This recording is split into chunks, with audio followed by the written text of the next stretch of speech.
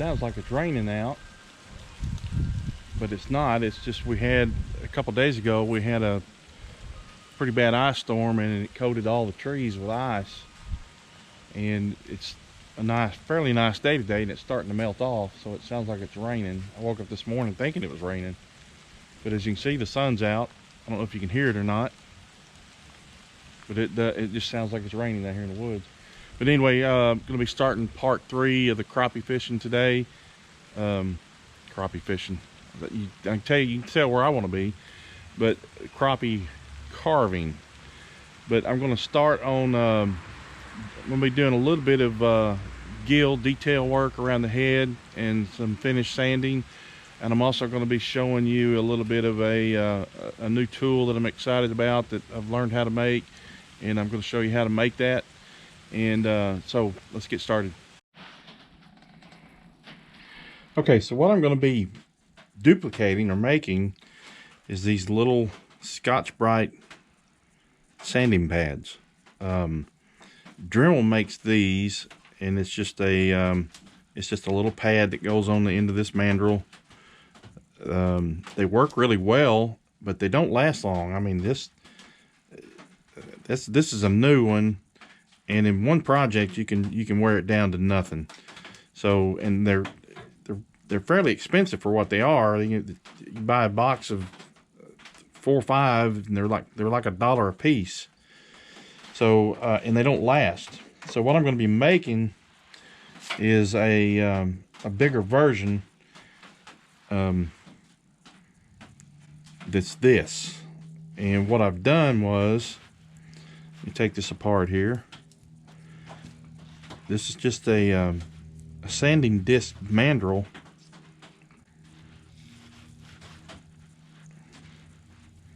And let me get them all apart here. So this was just a mandrel for a drum disc, and what I've done was I've cut the drum in half, and then I cut these pieces out of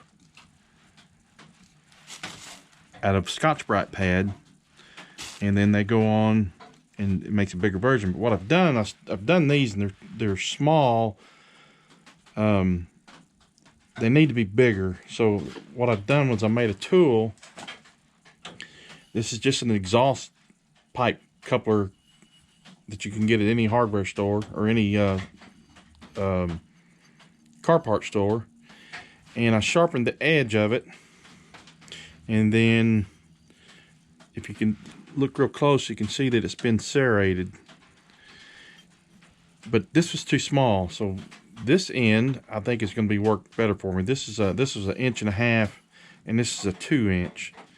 So what I'm going to do is I'm going to grind this down to where it don't hurt my hand, but I'm going to sharpen this edge and serrate it, and then how it'll work is it'll cut through these pads. So let me do that, and I'll show you how to do it. I tried it on a belt sander earlier, and it's not wasn't enough. I didn't have a coarse enough piece of sandpaper sanding disc, and I did, but it just wore it down so fast. So I'm going to use this 36 grit wheel on this, and I know this is not the proper way to use this, but it works, and I tend to do what works for me sometimes with what I got. So all right, so this is going to be loud, and I'll sharpen the edge of this, and then I'll cut the serrations in it. So I'm going to do that off camera so it's not so loud, and then I'll get back to you. All right, so what I've done was I've sharpened the edge of that. It's maybe kind of hard to see on the camera, but I've sharpened the edge, and I'm going through with my Dremel with this stone and just serrating the edge a little bit. So and I'm just doing just using this little stone. It's about to wear it down. These little stones are cheap, but anyway, it's enough to cut what I need here. So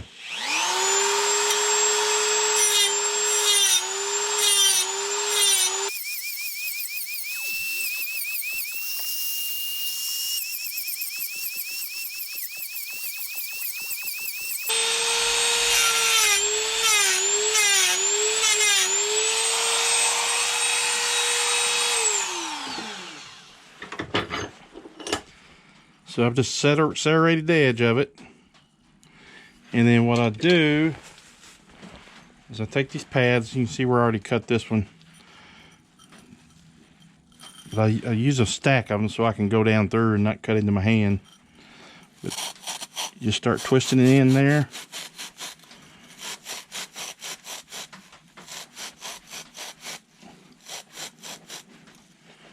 See if I can use a piece of wood here to keep it from going into my hand. Yeah. There we go. So you can see, cut right clean through, and then I can push them out here.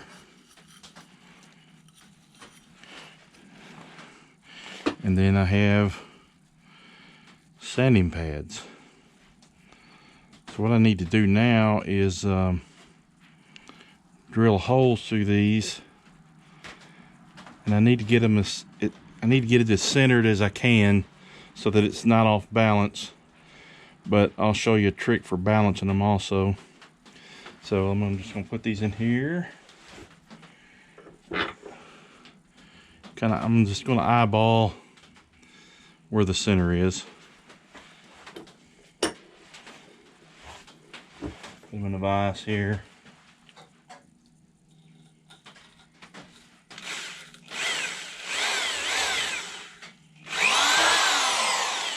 And that's it. So what I'll do now is I'll take two of them and I put them on the get them on there. Oh, I forgot to put the rubber on. I got to put this little rubber piece on. I may need to cut these rubber pieces down a little bit because I'm just about out of room putting two pads on there to get the other side on, but I think I can make it work. There we go. And then I put the other side on, washer, and then the nut. And these nuts are reverse thread.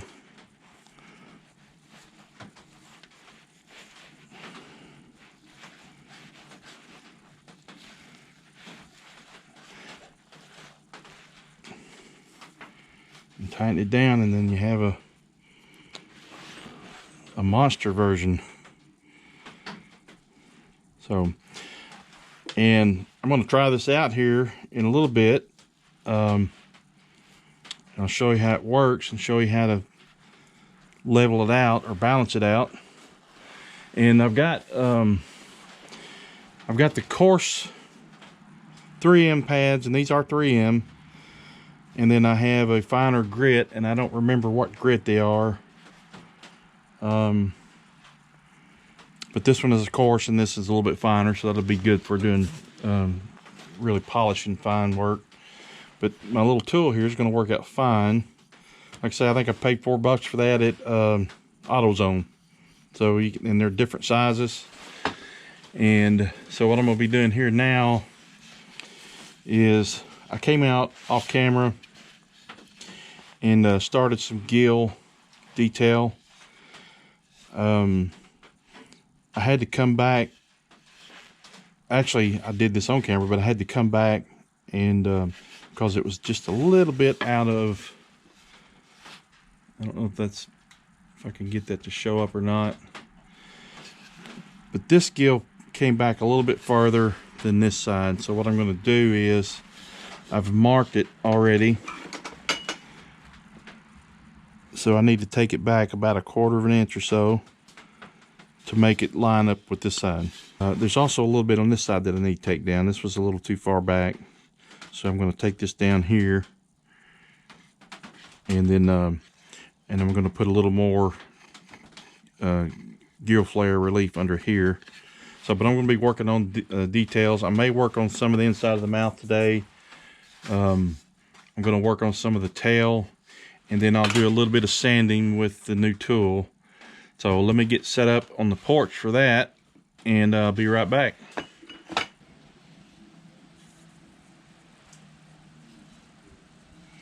Okay, So what I'm going to do is I've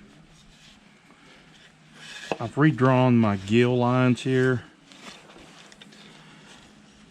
because it was a little too far back, so I'm going to take it down to here, and this length is okay here, but this one needs to come in, and on this side the whole gill structure plate needs to come back about 1/4 inch or so, and also on this side as well.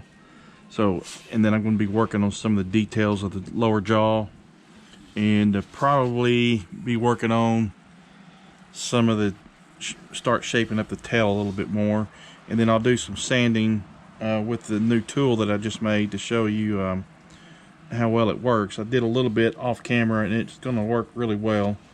So let me get started here. I think I'm going to start on this side here. I'm just going to take it back to this little line right here.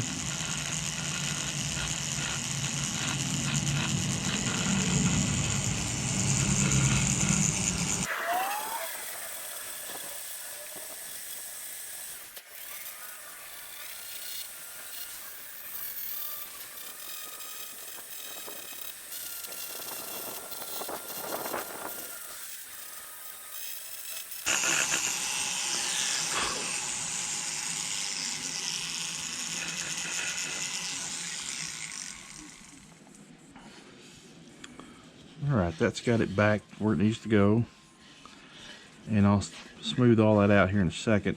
I need to take a little bit off here.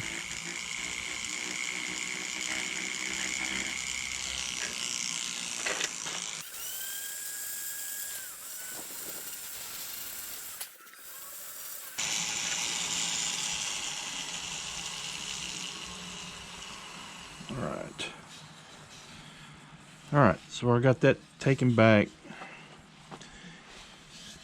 to where what was happening was this point of the gill cover wasn't matching up with this side. So it was farther back on this side. So I took it back to where they're even. So I just need to do the relief underneath that again on both sides, and I'll do that with a this little white bit stone that I have. You know what? I think I'm going to sand it down just a little bit first.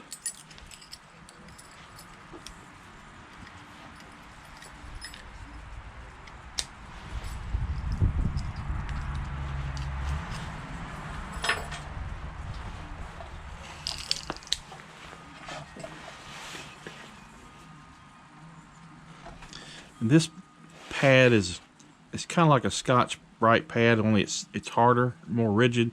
And I bought these, and they do take off a lot of wood, so you have to really be careful with them.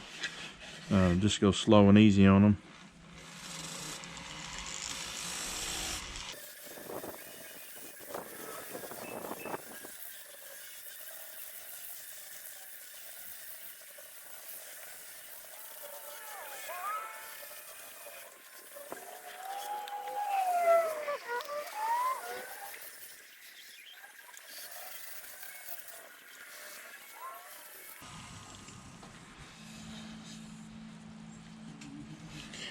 Alright, let me change out these bits or handles here. And I'm going to start. I've got this little white cone shape bit here. It's a stone that I'll use to get down and cut relief underneath the gill covers here, and especially back here where I just sanded it down. So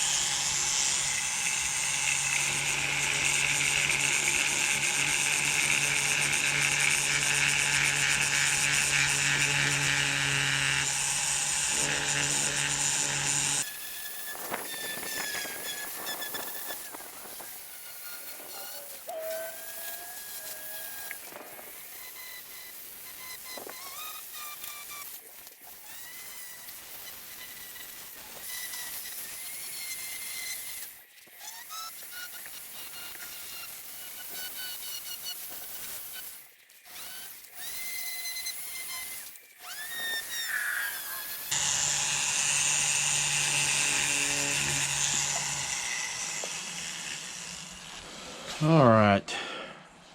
I think I got that back down to where it needs to be.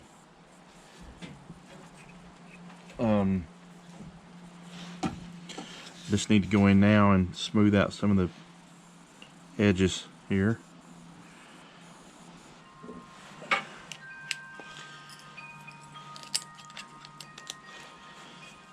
And I said I would show you how to balance this, because if you don't drill the hole directly center in these pads, it can vibrate and make your shaft vibrate so much. And but I did a pretty good job of centering that hole, so it's smooth as it can be. But if it is off center a little bit, you can take a rough bit and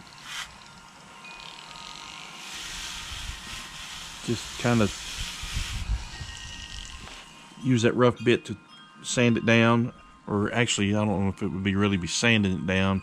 It just pulls the fibers off evenly around the bit, around the pad. So that makes sense. But like I say, I did a pretty good job of centering the hole up so it's nice and smooth. And another thing is make sure you're wearing safety glasses with this, or even a face shield, because this thing does throw off a lot of debris as this pad wears down.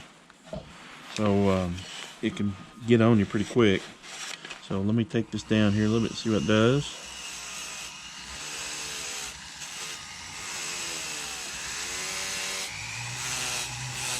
And it will remove wood if you do it too hard in one place very long.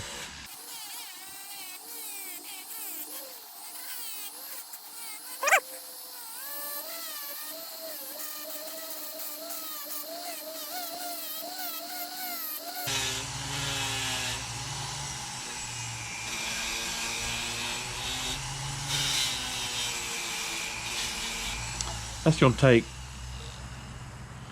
hours of hand sanding off.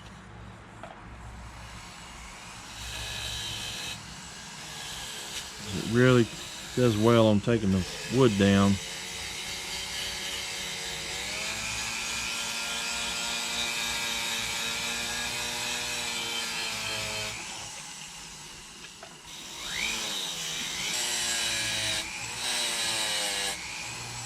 Yeah, it's going to work out great.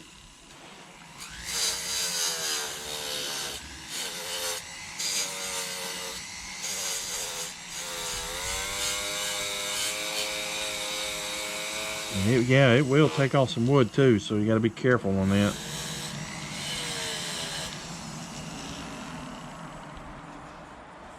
Can't wait to use that after I've burned scales on it. I think it's going to be great on scales.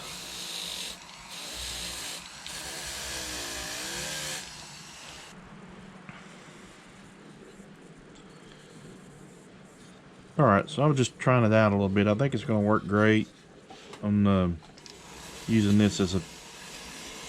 I still will probably do some hand sanding just because I like... I can feel it better with my hands. So I'll probably do finish up with a 220 grit hand sanding.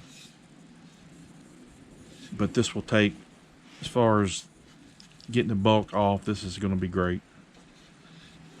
Alright, I'll work on taking this tail down some here.